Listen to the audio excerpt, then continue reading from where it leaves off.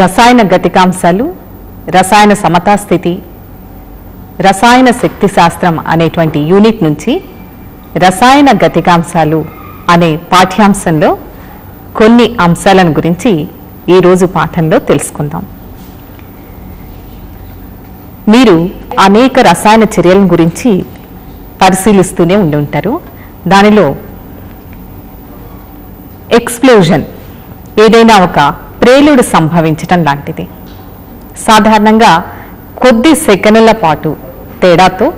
సెకనుల తేడాతో ప్రేలుడు నుంచి తప్పించుకున్నారని కానీ, లేకపోతే కొద్ది సెకనుల కాలంలో ప్రేలుడు సంభవించిందని కానీ వింటూ ఉంటాం. అంటే ఈ ప్రేలుడు జరగటం అనేటువంటి రసాయన చర్య అనేది అతి తక్కువ కాలంలో చాలా వేగంగా జరుగుతుంది. మీరు ఐరన్ రస్ట్ పట్టడం అనేది చూస్తుంటారు. ఇనుప గేట్లు మొదలైనవి త్రుప్పు పట్టేటువంటి విధానం చాలా కాలం పాటు జరుగుతుంది. కొన్ని నెలలు కానీ లేదా సంవత్సరాల కాలం పాటు కానీ ఈ చర్య జరగవచ్చు. ఇటువంటి చర్యలు చాలా నెమ్మదిగా జరిగేటువంటి చర్యలు. ఇందాక మనం చెప్పుకున్నటువంటి ఏమన్నా పదార్థం ప్రేలుడు సంభవించటం, లేకపోతే దహనం చెందటం, మండటం గాలిలో మొదలైనటువంటి చర్యలు అత్యంత త్వరితంగా జరిగితే, ఇక్కడ ఇనుము త్రుప్పు పట్టడం అనేటువంటి రసాయన చర్య చాలా నెమ్మదిగా జరుగుతుంది. అయితే కొన్ని చర్యలు ఈ రెండింటికి మధ్యస్థంగా, ఉదాహరణకి మనం ల్యాబొరేటరీలో జరిపేటువంటి అనేక చర్యలు ఈ రెండింటికి మధ్యస్థంగా జరుగుతాయి. అంటే కొద్ది గంటల సమయమో కొన్ని నిమిషాల సమయంలోనో ఒక రసాయన చర్య పూర్తవుతుంది. ఈ విధంగా రసాయన చర్య జరగడానికి ఎంత కాలం పడుతుంది, లేదా ఒక రసాయన చర్య ఎంత వేగంగా జరుగుతుంది లేదా ఎంత త్వరితంగా జరుగుతుంది అనేటువంటి విషయాన్ని గురించి రసాయన గతికాంశాలలో తెలుసుకుంటాం. అయితే రసాయన చర్య వివిధ వేగాలతో జరగవచ్చు. ఒక రసాయన చర్య ఎంత వేగంగా జరుగుతుంది లేదా ఎంత నెమ్మదిగా జరుగుతుంది, లేకపోతే ఒక రసాయన చర్యా వేగాన్ని ప్రభావితం చేసే అంశాలేంటి, అసలు రసాయన చర్యా వేగం అంటే ఏంటి అనే విషయాల గురించి మనం ఈ పాఠ్యాంశంలో తెలుసుకుందాం.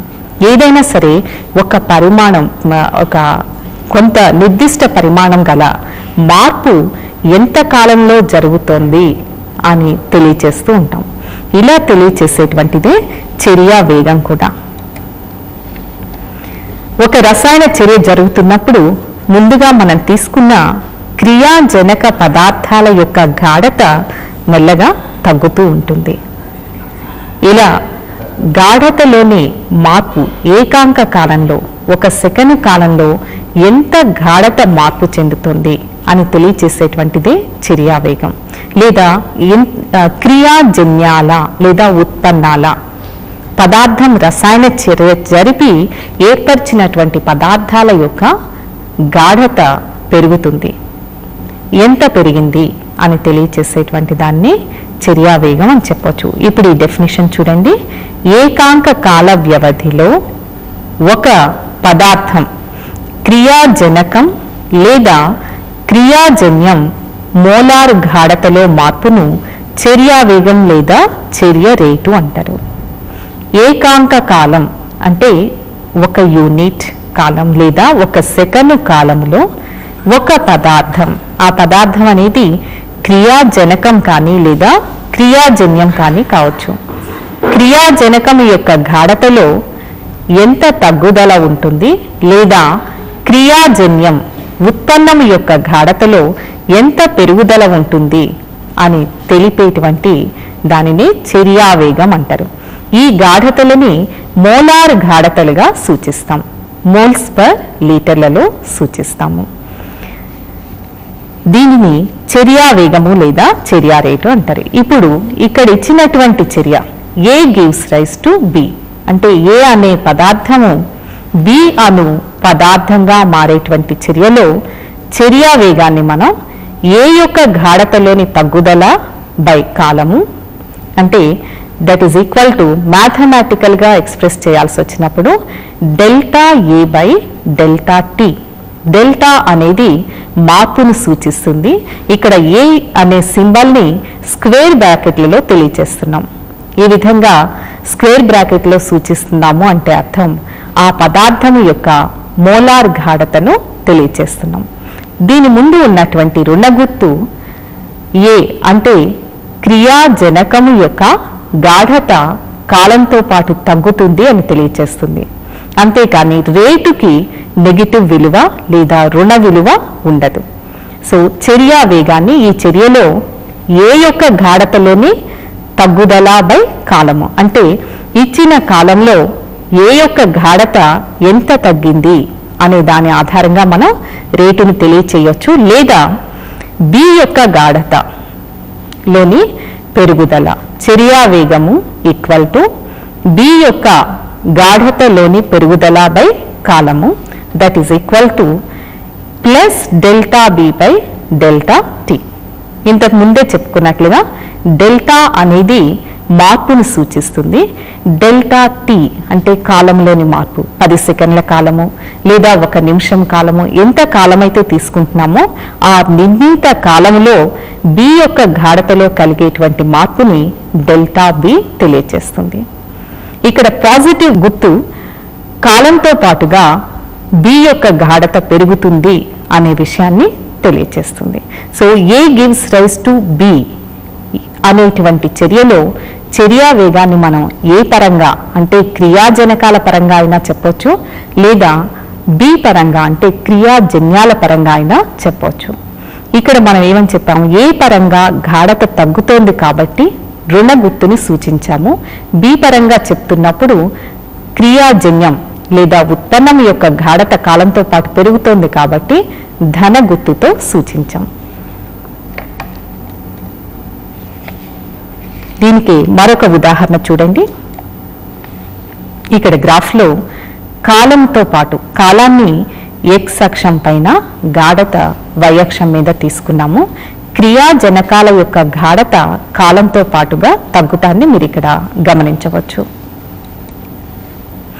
ఉదాహరణకి N2 వాయువు ప్లస్ ఆక్సిజన్ వాయువు గివ్స్ 2NO వాయువు అనేటువంటి చర్యలో నైట్రోజన్ పరంగా చర్యా వేగము equal to dN2 by dt. ఇక్కడ డెల్టాకి బదులుగా స్మాల్ ని ఉపయోగించాం. స్మాల్ డి అనేది అతి తక్కువ మార్పుని సూచిస్తుంది. డెల్టా అయినా డి అయినా మార్పుని సూచిస్తాయి. డెల్టా అనేది అధిక కాల వ్యవధిలో జరిగే మార్పును సూచిస్తే డి అనేది అతి తక్కువ కాల వ్యవధిలో జరిగేటువంటి మార్పుని సూచిస్తుంది. కాలంతో పాటు గాఢత తగ్గుతూ ఉంటుంది. గాఢత తగ్గితే చర్యా వేగం కూడా తగ్గుతుంది. కాబట్టి ఒక సమయంలో ఉన్న చర్యా వేగం ఇంకొక సమయంలో ఉండకపోవచ్చు. అందువల్ల మనం తీసుకునేటువంటి కాల వ్యవధి చాలా తక్కువగా లేదా ఏకాంక కాలంలో జరిగేటువంటి మార్పునే మనం సూచించాల్సి ఉంటుంది. అందుకని dN2 బై dtగా దీనిని గుర్తిస్తాము. అదే ఆక్సిజన్ పరంగా చెప్పాల్సి వచ్చినప్పుడు చర్యా వేగము equal to DO2 concentration by dt.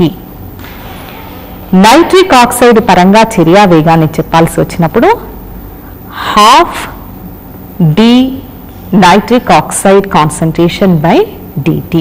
ఇక్కడ హాఫ్ అని ఎందుకు రాసామనేది చూడండి.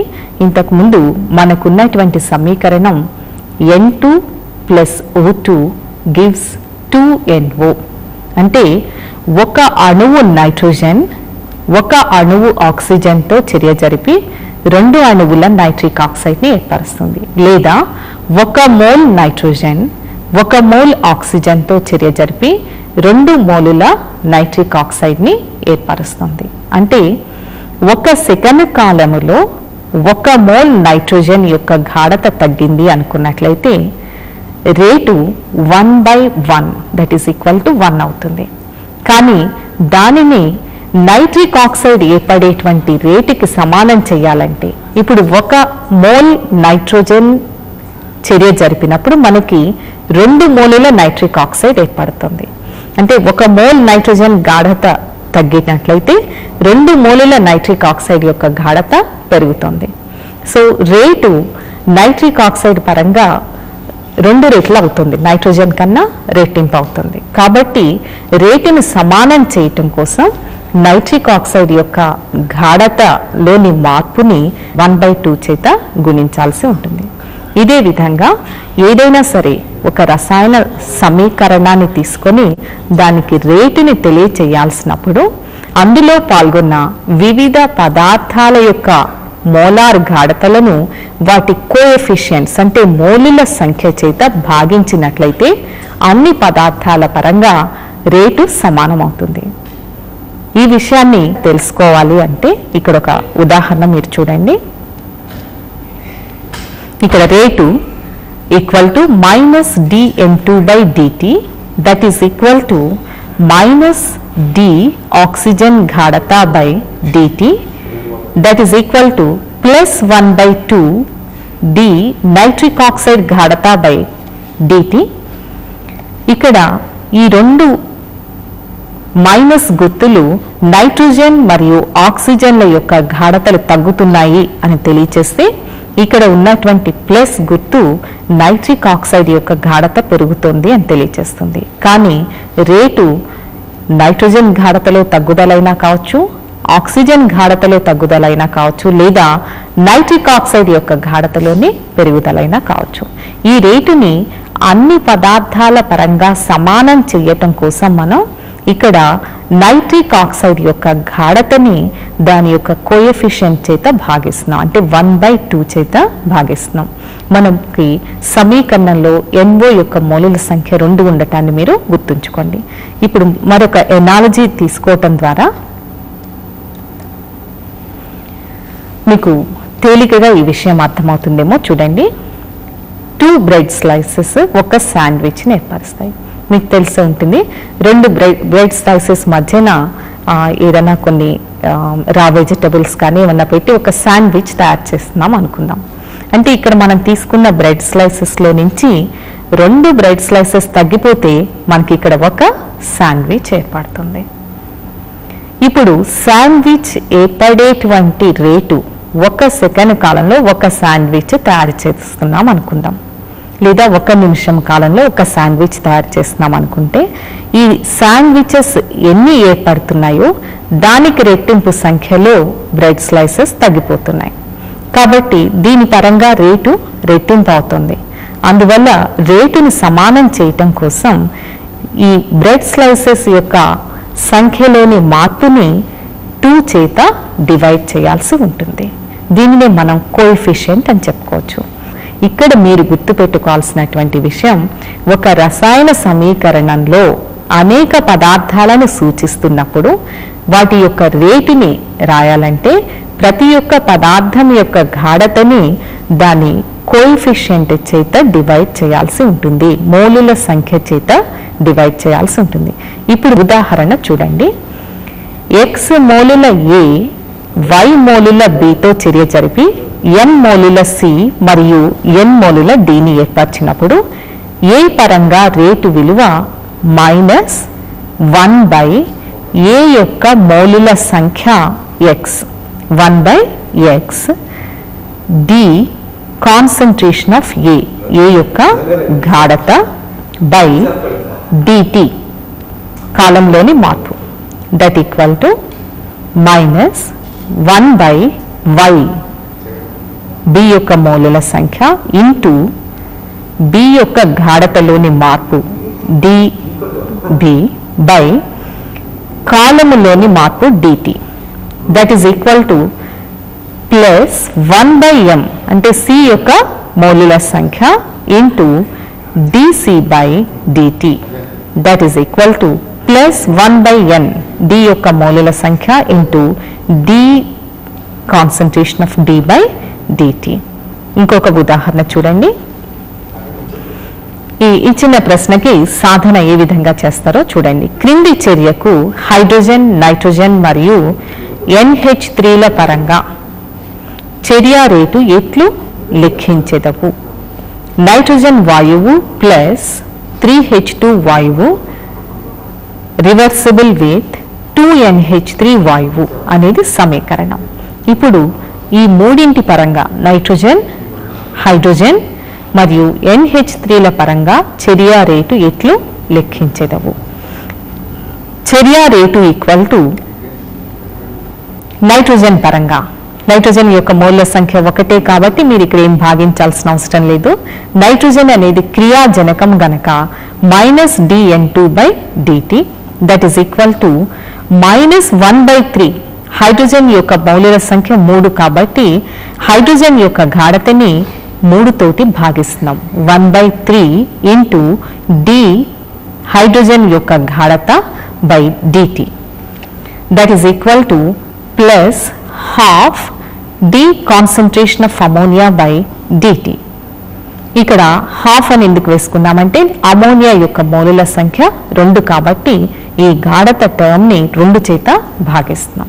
ఈ విధంగా ఇచ్చినటువంటి ప్రశ్నలకు మీరు చర్యని లేదా చర్యా వేగాన్ని లేదా రేటుని రాబట్టాల్సి ఉంటుంది. సో ఇంతవరకు మనం చర్యా వేగం అంటే ఏంటి, చర్యా వేగాన్ని చర్యలో పాల్గొన్నటువంటి వివిధ పదార్థాల ఆధారంగా ఏ విధంగా రాబట్టవచ్చు అనేటువంటి విషయాన్ని గురించి తెలుసుకున్నాం.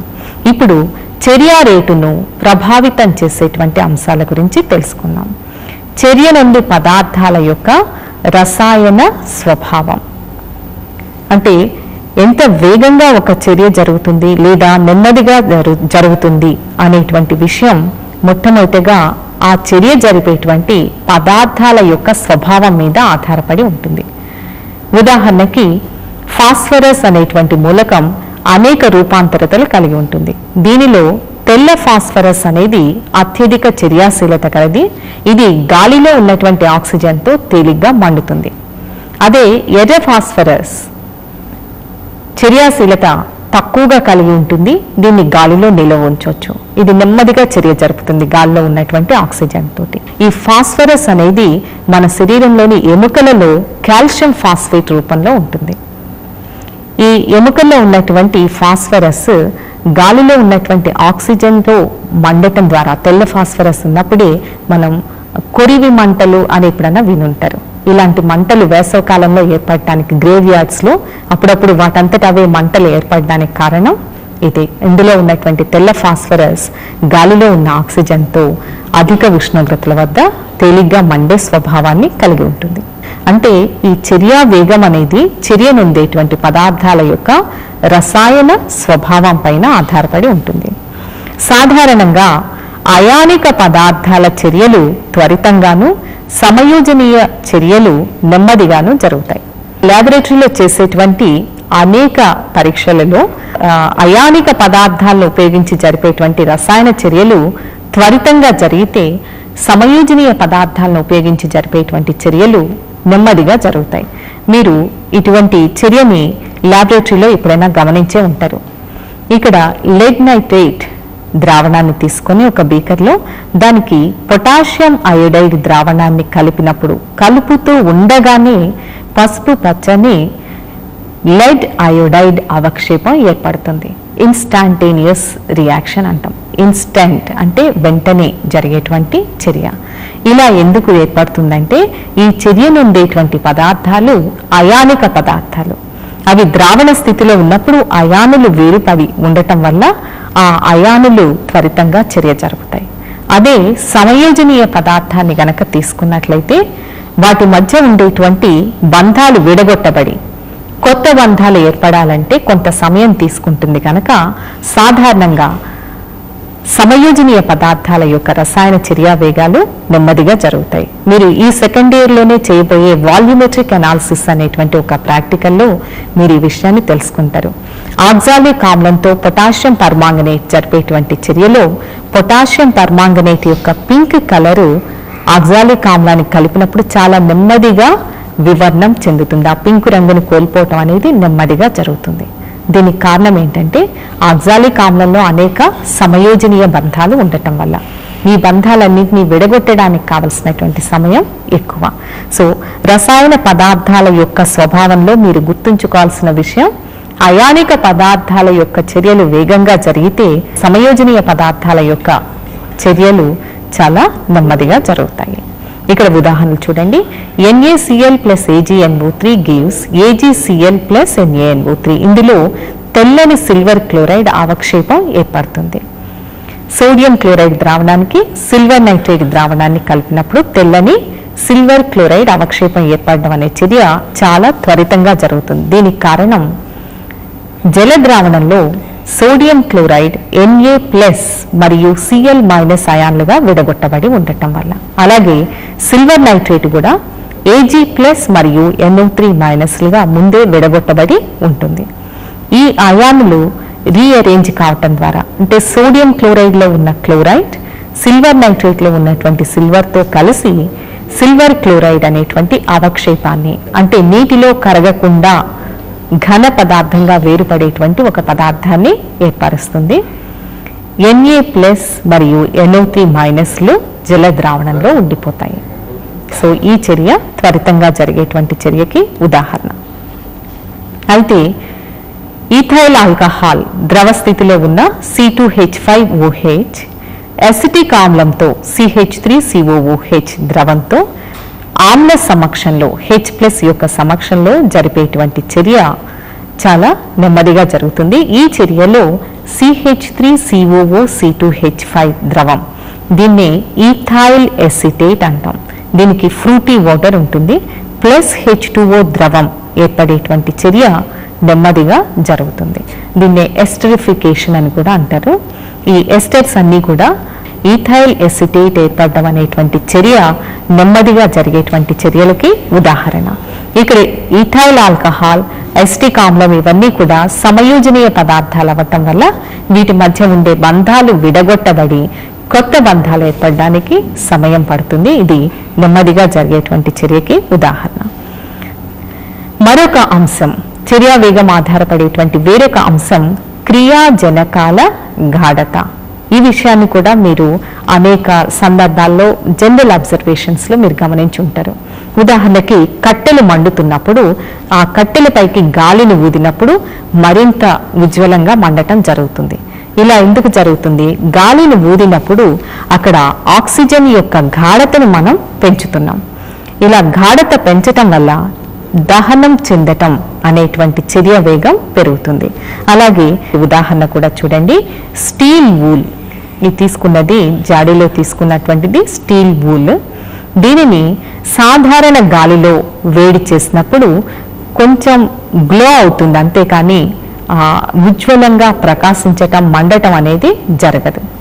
కానీ ఇక్కడ చూపించినట్లుగా ఆక్సిజన్ ఉన్నటువంటి ఒక జాడీలో అదే స్టీల్ వూల్ ఉంచినప్పుడు ఇది ప్రకాశవంతంగా మండటాన్ని ఇక్కడ గమనించవచ్చు. గాలిలో కేవలం 20% మాత్రమే ఆక్సిజన్ ఉండగా మనం తీసుకున్నటువంటి ఈ వెజల్ మొత్తం అంతా కూడా 100% ఆక్సిజన్ ఉంది కనుక ఇక్కడ చర్యా వేగం పెరిగి అత్యంత ప్రకాశవంతంగా మండుతుంది. అంటే దీని నుంచి మనకి అర్థమయ్యేది ఏంటంటే, క్రియాజనకాల యొక్క గాఢతని పెంచినట్లయితే రసాయన చర్యా వేగాలు పెరుగుతాయి. చర్యా రేటు క్రియాజనకాల మోలార్ గాఢతల లబ్ధానికి అనులోమానుపాతంలో ఉంటుంది. అంటే క్రియాజనకాలు 1 కన్నా ఎక్కువ ఉన్నప్పుడు వాటి యొక్క మోలార్ గాఢతల లబ్ధం అంటే ప్రోడక్ట్ దీనికి అనులోమానుపాతంలో ఉంటుంది. చర్య rate dC/dt is proportional to C⁴n. C అనేది గాఢత, n ఘాతాంకము. రేటు అనేది క్రియాజనకము యొక్క గాఢతలకి అనులోమానుపాతంలో ఉంటుంది, లేదా dC/dt = K × C⁴n. K అనేది ప్రపోర్షనాలిటీ కాన్స్టెంట్ లేదా రేటు స్థిరాంకము.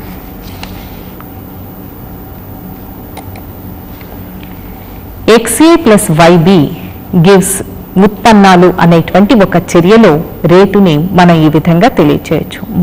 -dC/dt రేటుని ఎప్పుడు కూడా గాఢతలోని మార్పు బై కాలములోని మార్పుగా సూచిస్తాం. That is equal to K × A⁴x. A యొక్క గాఢత ⁴x అంటే దాని యొక్క మోల్ల సంఖ్య ఇంటూ B యొక్క గాఢత ⁴y అంటే ఈ గాఢతల యొక్క లబ్ధము ఇంటూ అంటే లబ్ధం ప్రోడక్ట్ వస్తుంది మనకి, దీనికి అనులోమానుపాతంలో ఉంటుంది. ఈ పదార్థాల యొక్క గాఢత ప్రారంభ దశలో చర్య ప్రారంభమైనప్పుడు ఎక్కువగా ఉంటుంది క్రియాజనకాల గాఢత, కాబట్టి చర్య వేగం కూడా ఎక్కువగా ఉంటుంది. సమయం గడిచిన కొద్దీ గాఢత తగ్గుతూ ఉండటం వల్ల, అంటే కొంత మేరకు పదార్థాలు ఉత్పన్నాలుగా మార్పు చెందటం వల్ల వాటి యొక్క గాఢత తగ్గుతుంది, కనుక రేటు చర్య వేగం కూడా తగ్గుతుంది కాలంతో పాటుగా. ఇక్కడ ఎగ్ బాయిల్ చేయటానికి ఫ్లేమ్ మీద ఉంచినప్పుడు లేదా చల్లని నీటిలో ఉంచినప్పుడు ఏది త్వరగా ఉడుకుతుంది లేదా త్వరగా బాయిల్ అవుతుంది అనేది మీకు తెలుసు. దీన్ని వేడి నీళ్ళలో ఉంచినప్పుడు త్వరగా బాయిల్ అవుతుంది చల్లని నీళ్ళ కన్నా. అంటే టెంపరేచర్ ఉష్ణోగ్రతని పెంచినప్పుడు ఇందులో జరిగేటువంటి రసాయన చర్య వేగము పెరుగుతుంది. సో మనం ఇప్పుడు గమనిస్తున్నటువంటి ఈ విషయాలన్నింటిలో ఇక్కడ చూడండి, ఒక హార్ట్ ఆపరేషన్ జరుగుతున్నప్పుడు ఆ పేషెంట్ యొక్క శరీరం చల్లగా ఉండేలాగా చూస్తారు. దీనికి కారణం ఏంటంటే ఒక వ్యక్తిలో జరిగేటువంటి అనేక బయలాజికల్ ప్రాసెసెస్, అంటే మన లోపల జరిగే అనేక రసాయన చర్యలు చాలా నెమ్మదిగా జరగటం కోసం ఈ విధంగా ఉష్ణోగ్రతని తగ్గిస్తారు. అంటే ఉష్ణోగ్రతని మార్చటం ద్వారా రసాయన చర్య వేగంలో మార్పు వస్తుంది అనే అంశం మనకు అర్థమవుతుంది. తక్కువ ఉష్ణోగ్రత వద్ద చర్య వేగం తక్కువగా ఉంటే ఉష్ణోగ్రత పెరిగినప్పుడు చర్య వేగం పెరుగుతుంది. ఇలా ఉష్ణోగ్రత పెరిగితే చర్య రేటు పెరుగుతుంది. ప్రతి 10 డిగ్రీ సెంటీగ్రేడ్ ఉష్ణోగ్రత పెరుగుదలకు చర్య యొక్క రేటు స్థిరాంకం K విలువ రెట్టింపు అవుతుంది. దీన్నే మ్యాథమెటికల్గా ఇలా చూడండి, KT degree centigrade plus 10 degree centigrade by KT degree centigrade equal to 2. అంటే దీని అర్థం T డిగ్రీ సెంటీగ్రేడ్ వద్ద ఉన్నటువంటి K విలువ ప్లస్ 10 డిగ్రీ సెంటీగ్రేడ్ ఉష్ణోగ్రత పెంచినప్పుడు ఉన్నటువంటి విలువ బై T డిగ్రీ సెంటీగ్రేడ్ ఉన్నప్పుడు K యొక్క విలువ. అంటే ఒక చర్యని T డిగ్రీ సెంటీగ్రేడ్ వద్ద మనం కొనసాగించినప్పుడు ఆ చర్య రేటు స్థిరాంకం విలువ KT డిగ్రీ సెంటీగ్రేడ్ అనేది పైన తీసుకున్నది మనం 10 డిగ్రీ సెంటీగ్రేడ్ని పెంచినప్పుడు. ఈ పెంచినప్పుడు ఉన్నటువంటి విలువకి మొట్టమొదటగా T డిగ్రీ సెంటీగ్రేడ్ వద్ద ఉన్నటువంటి విలువకి గల నిష్పత్తి 2. అంటే ప్రతి 10 డిగ్రీ సెంటీగ్రేడ్ని మనం పెంచినప్పుడు చర్య వేగము రెట్టింపు అవడాన్ని గమనించవచ్చు, లేదా K యొక్క విలువ రెట్టింపు అవుతుంది. ఈ నిష్పత్తిని టెంపరేచర్ కోఎఫిషియంట్ అంటారు. ఈ ఉష్ణోగ్రతకి చర్య వేగానికి మధ్య గల సంబంధాన్ని అర్హీనియస్ అనేటువంటి శాస్త్రజ్ఞుడు క్వాంటిటేటివ్గా, అంటే ఎంత మార్పు చెందుతుంది అనేటువంటి విషయాన్ని ఈయన ప్రతిపాదించాడు. ఈ అర్హీనియస్ సమీకరణం K equal to A into e⁻⁻ ఇందులో A అనేది పౌనఃపున్య కారణాంశము. అంటే మనం చర్య జరిపేటువంటి పదార్థాల్లో అనేక అణువులు ఉన్నప్పుడు ఆ అణువులన్నీ ఒకదాన్నొకటి ఢీకొనటం ద్వారా రసాయన చర్య జరుగుతుంది.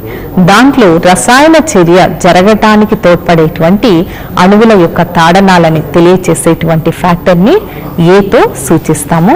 K అనేది రేటు స్థిరాంకము, EA ఉత్తేజిత శక్తి, R వాయు స్థిరాంకము, T పరమోష్ణోగ్రత.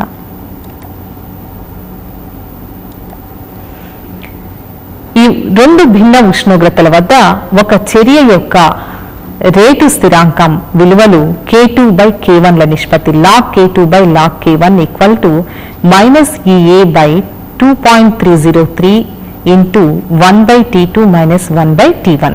మనం పైన చెప్పుకున్నటువంటి సమీకరణానికి లాగరిథమిక్ విలువలను తీసుకొని రెండు ఉష్ణోగ్రతల వద్ద K2 మరియు K1 ల యొక్క నిష్పత్తిని కడితే మనకు వచ్చేటువంటి సమీకరణం -EA by 2.303 into 1/T2 minus 1/T1. ఇక్కడ T2 T1 అనేవి ఉష్ణోగ్రతలు, లేదా EA by 2.303 into 1/T1 minus 1/T2. ఈ సమీకరణాన్ని ఉపయోగించి రెండు వేరువేరు ఉష్ణోగ్రతల వద్ద రేటు స్థిరాంకం విలువలు K1 మరియు K2 మనకి తెలిసినట్లయితే ఆ చర్య యొక్క ఉత్తేజిత శక్తి EA విలువను మనం లెక్క కట్టొచ్చు. ఇది ఉష్ణోగ్రతకి చర్య వేగానికి మధ్య గల క్వాంటిటేటివ్ రిలేషన్షిప్ని తెలియచేసేటువంటి సమీకరణం. ఉత్ప్రేరక ప్రభావం. ఉత్ప్రేరకం అనేది అంటే కొన్ని రసాయన చర్యలు సాధారణ పరిస్థితుల్లో చాలా నెమ్మదిగా జరిగితే వేరొక ఇతర పదార్థం కొద్దిపాటి ఉన్నప్పుడైనా సరే దాని యొక్క సమక్షంలో అత్యధిక వేగంతో జరుగుతాయి. ఇటువంటి పదార్థాలని ఉత్ప్రేరకము అంటారు. చర్యలో పాల్గొనకుండా చర్య వేగాన్ని పెంచే పదార్థాన్ని ఉత్ప్రేరకం అంటారు. అంటే మనం చర్యకి ఏదైనా ఒక పదార్థాన్ని కొద్దిపాటి పరిమాణంలో కలిపినప్పుడు అది చర్య యొక్క వేగాన్ని పెంచుతుంది. కానీ రసాయన చర్యలో మాత్రం పాల్గొనదు. చర్య పూర్తయ్యేటప్పటికీ ఈ పదార్థంలో ఎటువంటి మార్పు ఉండదు. అటువంటి దాన్ని ఉత్ప్రేరకం అంటారు. ఇలా ఉత్ప్రేరకాన్ని ఉపయోగించటం వల్ల రసాయన చర్యా వేగం ఎందుకు పెరుగుతుందో చూడండి. ఇక్కడ మీరు చూస్తున్నది y అక్షం మీద శక్తి, x అక్షం మీద చర్య కోఆర్డినేట్ అంటే చర్య జరిగేటువంటి విధానం. ఇది క్రియాజనకాల యొక్క శక్తి, ఇది క్రియాజన్యాల యొక్క శక్తి. ఈ క్రియాజనకాలు క్రియాజన్యాలుగా మార్పు చెందాలి అంటే అవి యొక్క ఎనర్జీ బ్యారియర్ని క్రాస్ చేయాల్సి ఉంటుంది. అంటే అత్యధిక శక్తిని పొంది ఆ తర్వాతే ఉత్పన్నాలుగా మారాల్సి ఉంటుంది. వాటికి ఉన్న శక్తి కన్నా అవి పొందాల్సినటువంటి శక్తి చాలా ఎక్కువగా ఉంది ఉత్ప్రేరకాన్ని ఉపయోగించినప్పుడు. ఈ విధంగా చర్య జరుగుతుంది. కానీ ఉత్ప్రేరక సమక్షంలో ఈ చర్య వేరొక పాత్లో వేరొక దిశలో జరుగుతుంది. ఈ జరిగేటువంటి పాత్లో క్రియాజనకాలకి కావలసినటువంటి ఎడిషనల్ ఎనర్జీ, ఎక్సెస్ ఎనర్జీ లేదా మరికొంత అవసరమైనటువంటి శక్తి ఇక్కడ తక్కువగా ఉండటాన్ని గమనించవచ్చు. ఉత్ప్రేరకం లేకుండా ఉన్నప్పుడు అధిక శక్తి అవసరమవుతుంది. ఉత్ప్రేరకాన్ని ఉపయోగించినప్పుడు తక్కువ శక్తి అవసరమవుతుంది. కాబట్టి అత్యధిక అణువులు ఈ తక్కువ శక్తిని పొంది అవి ఉత్పన్నాలుగా మార్పు చెందుతాయి. దీనిని మరింత వివరంగా మీరు అభిఘాత సిద్ధాంతంలో తెలుసుకుందరు. కానీ సో ఉత్ప్రేరక సమక్షంలో చర్య అనేది తక్కువ ఉత్తేజిత శక్తి అవసరమైన వేరొక దిశలో జరగటం వల్ల చర్యా వేగం పెరుగుతుంది. సో ఇవన్నీ కూడా చర్యా వేగాన్ని ప్రభావితం చేసేటువంటి అంశాలు. ఇప్పుడు రేటు నియమం గురించి తెలుసుకుందాం. క్రియాజనకాల గాఢతల పదాల మీద చర్య రేటు ఏ విధంగా ఆధారపడి ఉందనే విషయాన్ని తెలిపే గణిత సమీకరణాన్ని రేటు సమీకరణం లేదా రేటు నియమం అంటారు. అంటే ఇంతకుముందు మనం ఒక చర్యా వేగం గాఢత మీద ఆధారపడి ఉంటుంది, గాఢత పెరిగితే రేటు కూడా పెరుగుతుంది అని చెప్పుకున్నాం. కానీ ఏ విధంగా పెరుగుతుంది? ఒక పదార్థం యొక్క గాఢతని రెట్టింపు చేసినప్పుడు రేటు కూడా రెట్టింపు కావచ్చు, లేదా 2 రెట్లు కావచ్చు, లేదా సగమే పెరగవచ్చు, అసలు మార్పు ఉండకపోవచ్చు.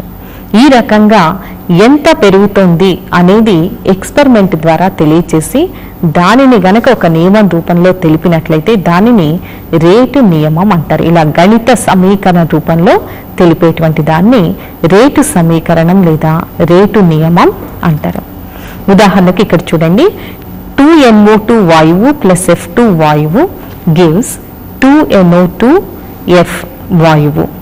ఇందులో NO2 యొక్క గాఢతని రెట్టింపు చేసినప్పుడు రేటు కూడా రెట్టింపు అవుతుంది. అలాగే F2 యొక్క గాఢతని రెట్టింపు చేసినప్పుడు రేటు కూడా రెట్టింపు అవుతుంది. So rate equal to K into NO2 యొక్క గాఢత ఇంటూ F2 యొక్క గాఢత. ఇక్కడ ఘాతాంకం ఏమీ తెలియచేయలేదంటే దట్ ఈస్ ఈక్వల్ టు 1. అంటే గాఢత ఎంత పెంచుతున్నామో రేటు కూడా అంతే పెరుగుతుంది. ఇలా తెలియచేసేటువంటి మ్యాథమెటికల్ సమీకరణాన్ని రేటు నియమము అంటారు.